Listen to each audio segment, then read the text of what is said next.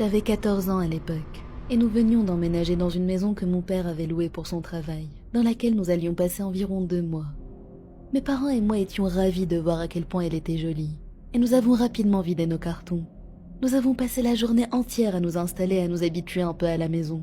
À 21h, je suis allée dans ma chambre pour me coucher, car j'étais exténuée par tout cet emménagement. Ma chambre avait un lit, un miroir, mon ordinateur et une armoire. J'ai éteint les lumières et je me suis mise au lit. Au milieu de la nuit, j'ai entendu un bruit étrange. Il venait de mon armoire légèrement ouverte. Je n'ai pas bougé, j'ai juste entrouvert mes yeux. Et ce que j'ai vu m'a instantanément glacé tout le corps. Depuis la légère ouverture, je pouvais voir un œil, ouvert plus largement que n'importe quel œil puisse s'ouvrir, m'observant. J'étais terrifiée, et j'ai sauté hors du lit en laissant échapper un hurlement de peur. J'ai couru vers mes parents, qui étaient assis dans le salon. Je leur ai raconté ce qui s'est passé et ce que j'avais vu, et ma mère m'a prise dans ses bras pendant que mon père courait dans ma chambre pour regarder dans l'armoire. Il l'a précipitamment ouverte, mais il n'y avait rien du tout à l'intérieur, à part quelques vêtements. Il est revenu me voir en me disant que ce n'était qu'un cauchemar, et ils m'ont accompagné au lit. Mes battements de cœur sont revenus à la normale, et mes parents m'ont souhaité une bonne nuit en quittant la pièce. Avant de partir, ma mère m'a dit qu'elle laisserait la porte légèrement ouverte, pour laisser entrer de la lumière qui m'aidera à dormir. Mais après ce que j'avais vu, je ne pouvais pas fermer les yeux. J'étais bien trop effrayée pour ça. Était-ce vraiment mon imagination? Mon père avait vérifié l'armoire et je savais qu'il n'y avait rien. Mais je n'étais pas tranquille. J'ai essayé de m'endormir, mais avant de pouvoir le faire, j'ai installé mon téléphone en face de l'armoire désormais fermée, pour filmer toute la nuit. Je me suis dit que c'était comme un troisième œil surveillant l'armoire pendant que je dormais. Le matin est venu, et j'avais bien dormi malgré ce qui s'était passé.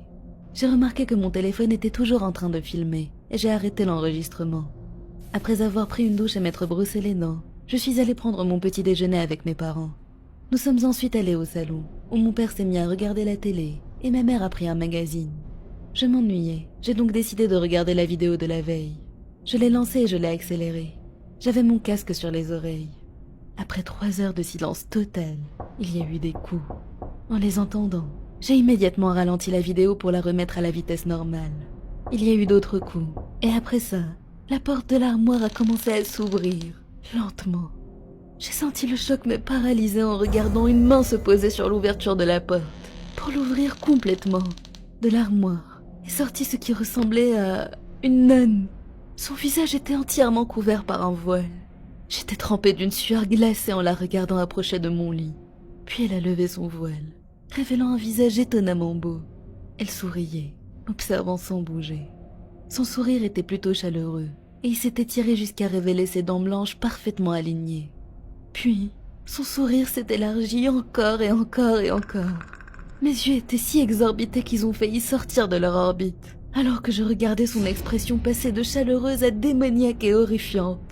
Sa peau couleur chaude est devenue aussi blanche qu'un cadavre. Est-ce qu'elle allait me faire du mal? Puis je me suis souvenu que c'était hier, et que j'allais très bien.